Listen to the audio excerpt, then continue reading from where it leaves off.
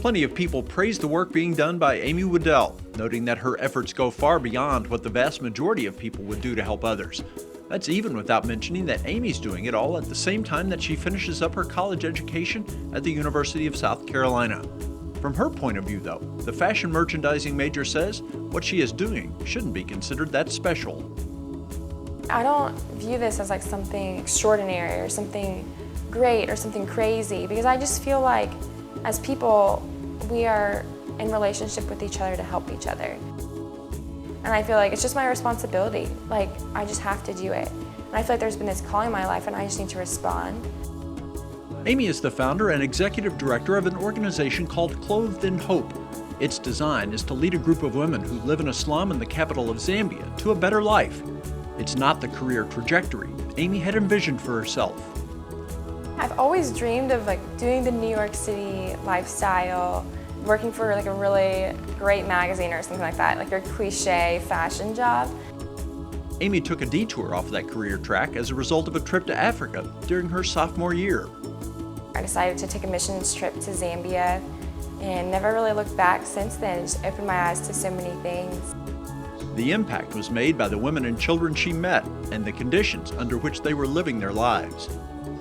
I think it was the first time that I ever really saw poverty at this extreme level. For the first time I saw kids who hadn't eaten in a week, or mothers who couldn't ever afford to provide that for them. And I saw kids who had serious infections that could have just been cured with one pill. Things like that just like wrecked me. I was like, how can you walk away from this and think that everything's okay? For most, such a trip to Zambia would be nothing more than a life experience that would give that person perspective on their place in the world.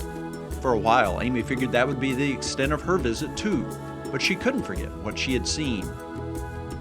I actually went through a really hard time when I got back, just trying to figure out like, what does this mean? Like, what am I supposed to do? Like, I'm just one person, I can't change a continent, much less like even a country. Every morning I would wake up and I couldn't shake the images of the kids that would just like cling to me in the night because they had one dress on and it was like 45 degrees outside. That's when Amy decided she might have the ability to help. What if she could teach some of the Zambian women to sew? They could then buy items from the dominant secondhand clothing market there and turn them into a marketable commodity. By buying these secondhand t-shirts and like repurposing them into something really wearable for the American consumer and even worldwide consumer. I feel like them creating clothes is a way of creating small business and kind of empowering them through this life skill to rise above the poverty that they've been just pushed into time and time again.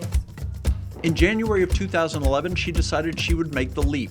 There was another trip to Zambia. During that visit, she discussed her plan and chose the 8 women who would be the first to go through the training.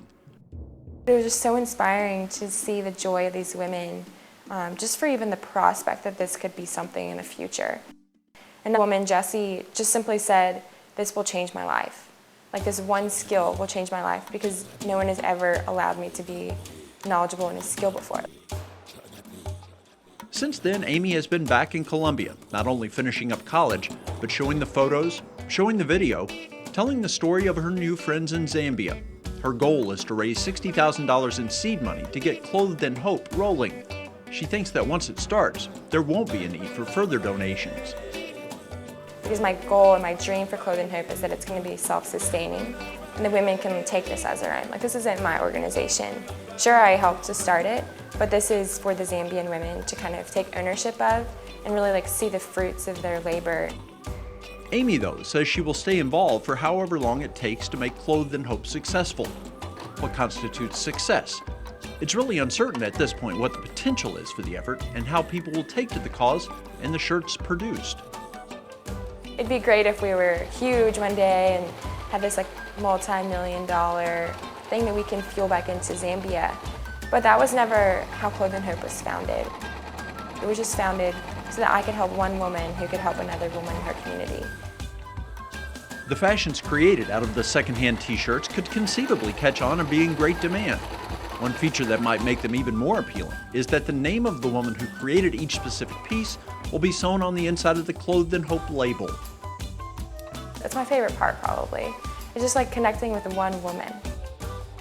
So I think that them knowing, hey, I'm supporting Alina, who is a mother of 6, grandmother of 2, who's a widow in the middle of the slum, like, yes, I want to help her. Like, her story really touches me. After graduation this spring, Amy will head back to Zambia to put Clothed in Hope into motion. She'll return to a place which harbors nearly unlimited despair. It's daunting sometimes to look around and say, like, everyone needs help. I think it's important just to kind of keep in mind, like, this is just for one woman and her 7 friends to start out with, and we'll just see where it goes from there. It's when more people make that kind of commitment, however, that the outlook for an entire city, an entire country, an entire continent can become even brighter. I don't think we're ever called to change the world. I think we're just called to do what we can.